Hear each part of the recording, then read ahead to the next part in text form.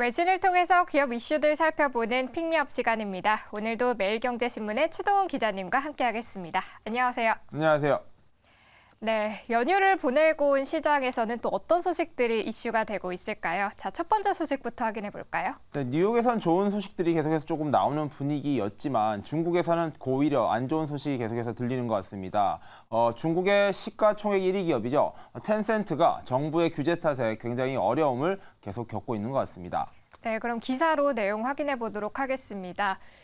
중국의 온라인 게임 규제 제한으로 텐센트의 시가총액이 460억 달러 줄었다라는 기사가 나왔는데요. 자, 중국의 고강도 게임 산업 규제안이 지난주에 굉장히 큰 화두였습니다.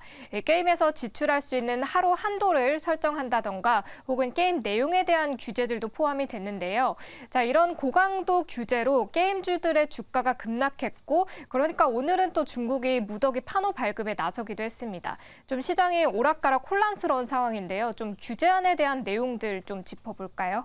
네, 코로나가 이젠 조금 지나가는 국면이지만 코로나가 한창일 때 아무래도 게임 산업이 이득을 많이 봤었습니다. 집안에 머무는 시간이 늘어날수록 많은 사람들이 게임을 많이 했었고요. 그로 인해서 게임 개발사들, 게임을 유통하는 기업들의 주가 또는 매출이 많이 올랐던 것입니다. 그리고 중국을 대표하는 기업, 바로 텐센트라는 기업은 게임을 통해서 굉장히 큰 성장을 한 기업인데요.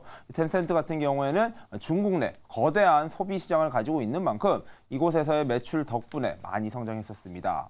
그런데 중국이란 나라의 특성이 있겠죠. 바로 규제가 강한 정부 당국의 정책 방향 때문에 텐센트가 계속해서 어려움을 겪고 있는 상황입니다. 말씀해 주신 대로 규제 산업으로 지정되어 있습니다. 게임이라는 것이 여가를 하는 데 있어서 굉장히 큰 도움은 되겠지만 과할 경우 그리고 미성년자들에게는 절제를 할 수 없는 어려움을 줄 수 있다라는 이유로 중국 정부에서 계속해서 규제 강도를 강화하고 있었는데요. 대표적으로 최근에 새로운 규제가 나오면서 텐센트 주가가 많이 떨어졌습니다. 하루 사이에 시가총액이 460억 달러 정도 증발했다라는 보도가 나왔었는데요. 온라인 게이머들의 실제 소비 지출을 제한을 하고요. 뿐만 아니라 게임을 계속해서 참여하는 사용자들에게 더 많은 보상을 제공해왔던 게임사들에게도 그러한 것들을 하지 못하게 하겠다라는 규제가 발표된 것입니다. 크리스마스를 직전에 둔 22일 날 발표가 된 규제인데요. 이에 따르면 국가신문 출판사라는 기관이 있습니다. 여기가 바로 중국 내에서 유통하고 제공하고 있는 게임을 총괄하는 규제하는 기관이라고 보시면 될 것 같은데요. 온라인 게임에 대한 지출 한도를 씌우겠다, 즉 캡을 만들어서 게임사들의 매출을 무제한으로 늘어나지 못하도록 하고요. 그리고 게임을 이용하는 사람들도 너무 많은 돈을 게임에 쓰면서 문제가 발생하는 것을 방지하겠다라는 목적을 세웠습니다. 자, 게이머들이 사용하는 디지털 지갑이라는 게 있습니다. 여기에서 충전을 한 다음에 이것을 바탕으로 확률형 아이템을 구입하거나 여러 가지 소비를 할 수 있는 것인데요. 이것들을 게임 회사들이 직접 한도를 정해서 서비스를 제공해야 된다라는 가이드라인을 만들었습니다.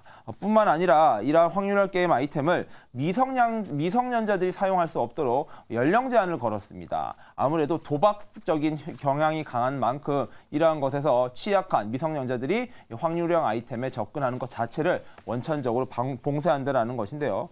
소비자들 입장 또는 학부모 입장에서는 도움이 되는 조치일 수도 있겠지만 계속해서 성장해야 되는 게임 업계 입장에서는 너무나 큰 타격이 될 수밖에 없는 뉴스다라고 이야기가 되고 있습니다. 자, 규제안이 발표된 직후에 중국의 최대 게임 업체인 텐센트와 네디지의 주가는 각각 16%와 25% 급락했습니다. 시가총액 4분의 1이 날아갈 만큼 이 규제가 향후 게임 업계에 미칠 영향이 매우 부정적이라는 뜻으로 해석이 되고 있는데요. 자, 투자은행 업계에서도 이 텐센트를 비롯해서 중국의 게임 산업 기업들이 계속해서 규제 리스크를 지고 간다면 아무래도 기업 성장에는 한계가 있을 것이다라는 이야기도 해놓고 있는 상황입니다. 뿐만 아니라 앞서서 중국 당국은 청소년들이 온라인 게임을 할 경우 일주일에 3시간 이하로 하도록 해야 된다라는 규제까지 뒀었는데요. 이만큼 규제가 계속해서 강화되는 시국에 맞춰 게임사들이 어떤 대책을 내놓을지도 한번 살펴봐야 될 것 같습니다. 말씀해 주신 대로 지난 8월 달에는요, 게임 판호란 게 있습니다. 신규 판호를 중국 정부에서 관리를 하는 것인데 일종의 등록제라고 보시면 될 것 같고요.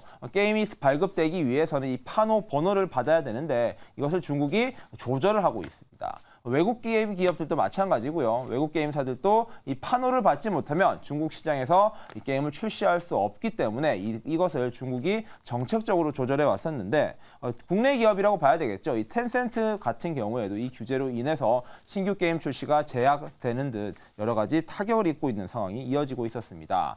그러나 이슈가 계속 커지다 보니까 중국 정부에서도 핵심 산업인 게임 산업이 무너지면 안 된다라는 판단을 바탕으로 판호를 추가적으로 늘리는 등의 새로운 정책 그리고 완화 정책을 계속 고민하고 있다라는 점을 봐야 될 것 같고요. 인구가 가장 많은 국가 중에 하나인 중국 역시 소비 시장이 큰 만큼 게임 산업, 이러한 돈을 쓰는 산업에 있어서는 매우 영향력이 큰 국가다라는 점을 감안했을 때 이 게임 산업의 성패는 어찌 보면 중국 정부의 규제 정책과 맞닿아 있다라고도 정리해봐야 될 것 같습니다. 네, 이렇게 오늘 첫 번째 기사로는 이 중국의 게임 산업 규제안과 함께 또 관련한 내용들까지 함께 짚어봤습니다. 자, 그럼 이어서 두 번째 기사로 넘어가 볼까요? 자, 두 번째 소식 어떤 소식일까요? 또다시 중국 소식입니다. 네. 중국의 기업들이 어려움을 겪고 있다라는 이야기 여러 번 나왔었고요. 사실 중국 규제 당국의 규제 때문에 미국 기업들이 어려움을 계속 겪어왔었습니다. 미국 기업들이 중국에서 사업을 하려 했는데 이러한 것들을 중국 정부가 막아왔었던 것인데요. 이번엔 반대로 중국 기업들이 어려움을 겪고 있다. 바로 인도 때문이라고 합니다. 네, 기사로 체크를 해보도록 하겠습니다. 인도가 이 중국 기업 비보의 고위 직원 2명을 체포했다라는 기사가 나왔는데요. 자, 인도의 비보 때리기 저희가 한 2달 전에도 전해드린 적이 있었는데요. 올 들어서 또 그 전부터 이슈가 계속해서 이어지고 있는 상황입니다. 자, 이번에도 인도가 금융범죄에 대한 혐의로 비보 직원들을 체포했다는 소식인데요. 양국 간의 관계가 또 한 번 좀 악화될 걸로 보이고 있습니다. 내용 한번 살펴볼까요? 네, 맞습니다. 인도와 중국, 사실 두 나라는 공통점도 많고요. 차이점도 많은 국가라고 봐야 될 것 같은데요. 두 나라는 세계 1위, 2위 인구 대국입니다.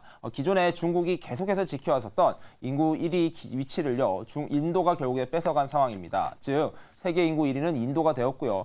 뒤이어서 중국이 되어 있는 비슷한 인구가 많은 그리고 땅덩어리가 넓은 소비 국가라고 보시면 될 것 같습니다. 뿐만 아니라 두 나라는 국경을 맞닿고 있죠. 그렇다 보니까 항상 국경 분쟁이 발생했었고요.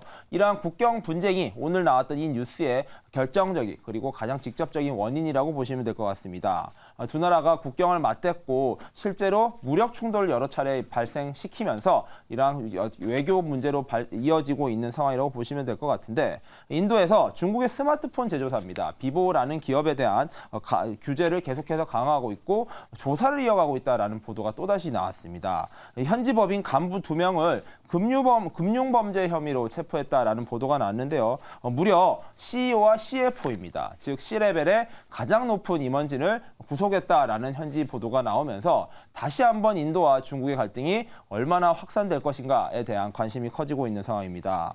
자, 이유는 이렇습니다. 바로 자금 세탁 혐의로 조사를 들어가 보니 정말로 많은 범죄들이 이루어지고 있었고 여기서 벌어들인 돈이 외화 반출로 이루어지면서 이러한 세금을 제대로 내지 않고 돈을 계속해서 내보내고 있었다라는 것인데요. 자, 이런 상황이 계속 이어지고 있다 보니까 인도 정부 입장에서는 계속해서 조사를 철저히 하겠다라는 입장이고 중국 당국에서는 아무런 문제가 없는데 왜 이런 조사를 강행하는지 무리수를 두고 있는 것 같다라고 항변하고 있는 상황입니다. 사실 중국 입장에서는 좀 황당할 것 같습니다. 지금까지 규제 중심국, 바로 중국에서 있을 법했던 일들이 바로 인도를 통해서 중국 기업들이 오히려 당하고 있기 때문인데요. 중국 당국에서도 이러한 상황을 어떻게 대처해야 될지에 대한 고민을 계속 하고 있다라고 정리를 해야 될 것 같고 실제로 지난해 4월입니다. 대표적인 스마트폰 제조사 샤오미 같은 경우에도 인도내 자산 550억 루피, 약 8천억 원 가량의 돈이 압류당하는 사고가 있었습니다. 즉 인도 정부 입장에서는 중국 기업들의 인도 사업을 그냥 묵인하고 있지 않겠다. 철저히 조사하고 세금을 다 낼 수 있도록 조사하겠다라고 입장을 밝혔었는데요. 사실 그 뒷배경엔 또 다른 이유도 있다라고 분석이 나오고 있는데요. 인도와 중국은 사실 아시아의 패권국의 경쟁을 하고 있는 상황입니다. 특히 많은 인구를 가지고 있는 만큼 생산기지, 생산 거점을 어디로 가져갈 것인가를 놓고 많은 글로벌 기업들이 두 나라를 같이 보고 있는데요. 기존에 중국이 대부분의 생산기지를 점령하다시피 했었는데 여기 최근에 인도가 이 시장에 뛰어들고 있습니다. 애플 같은 경우에도 인도에서 새 최신형 스마트폰을 생산하기 시작했었고요. 테슬라 같은 경우에도 인도에다가 이 테슬라 공장을 지어서 이제부터 생산량을 배분하겠다라는 입장을 밝혔습니다. 여러 가지 생산 기지 거점적 문제까지 포함해서 중국과 인도의 갈등 계속해서 커질 것으로 보이는데요. 24년도에는 미국과 중국의 갈등이 아니라 이 중국과 인도의 갈등이 굉장히 중요한 이슈가 될 것이다라는 분석도 나오고 있습니다. 네, 이렇게 인도가 중국 기업들에 대한 강경한 태도를 계속해서 이어가고 있다는 소식 두 번째 기사로 정리를 해봤고요. 자, 그럼 이어서 마지막 기사로 넘어가 보도록 하겠습니다. 자, 세 번째 소식 어떤 소식일까요?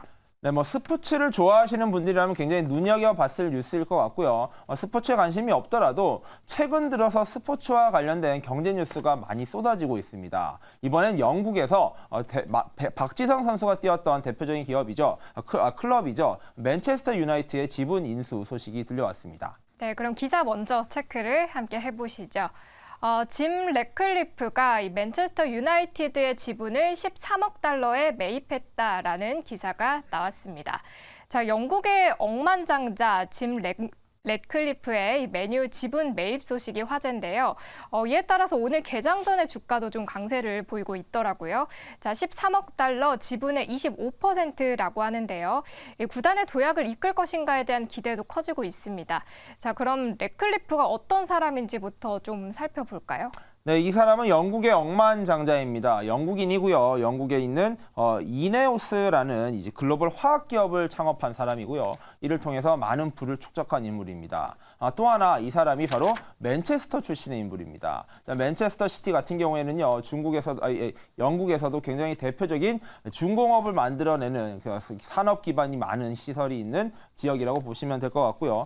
이곳을 연고지로 하고 있는 축구 구단 바로 맨체스터 유나이티드가 굉장히 유명합니다. 맨체스터가 기업 산업 문제 이야기보다도 이 축구 구단 때문에 훨씬 더 이름이 나 있는데요. 한국을 대표하는 축구 선수시죠. 바로 박지성 선수도 맨체스터 유나이티드에서 오랫동안 활약하면서 국내에서도 인지도가 매우 높은 기업입니다.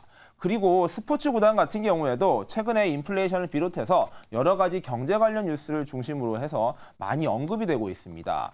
스포츠 구단의 기업 가치 그리고 스포츠 선수의 몸값 등이 최근에 계속해서 높은 가격으로 올라가면서 시장에서는 이 스포츠 구단을 잘 인수하거나 운영하는 것도 경제적으로 많은 도움이 될 것이다 라는 이야기도 하고 있고요. 실제 많은 부자들 그리고 경영자들이 스포츠 구단을 같이 경영하는 경우도 많습니다.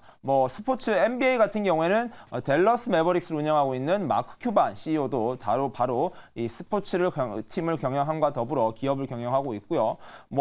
어떤 기업에서 첼시 같은 경우에도 바로 러시아의 석유 재벌이 운영하고 있는 기업 중에 하나입니다. 맨체스터 시티 같은 경우에도 중동의 석유 재벌이 가지고 있는 회사이기도 하고요.